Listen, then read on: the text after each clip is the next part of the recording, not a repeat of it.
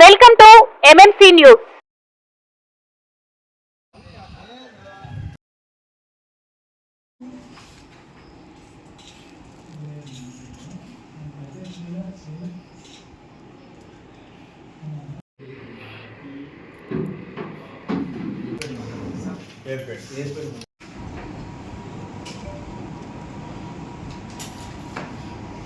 Reservoir Somasila Swarnamukhi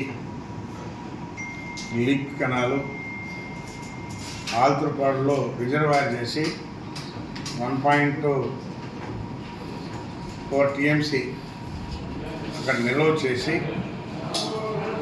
ఆల్తూర్పాడులో అక్కడి నుంచి కాళహస్తికి తిరుపతికి డ్రింకింగ్ వాటర్ ఇచ్చడానికి కోసం ఇది గత ప్రభుత్వం 18లోనే పెట్టడం జరిగింది.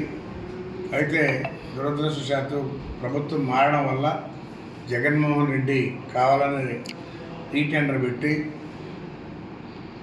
అంతా ఆయన రివర్స్ చేయరు, అలా రివర్స్ టెండరింగ్ పెట్టి ఆ కాంట్రాక్ట్ ఎటుబడి తెలియదు, మళ్ళీ రద్దు చేసుకున్నారు. ఇప్పుడు మళ్ళా తెలుగుదేశం ప్రభుత్వం వచ్చిన తర్వాత ఇప్పుడు దాన్ని త్వరితగతిన చేయాలనే కాన్సెప్ట్తోనే ఇవన్నీ తయారు చేయడం జరుగుతూ ఉంది.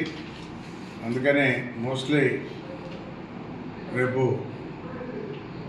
మే నెలలో టెండర్ కూడా రావచ్చు.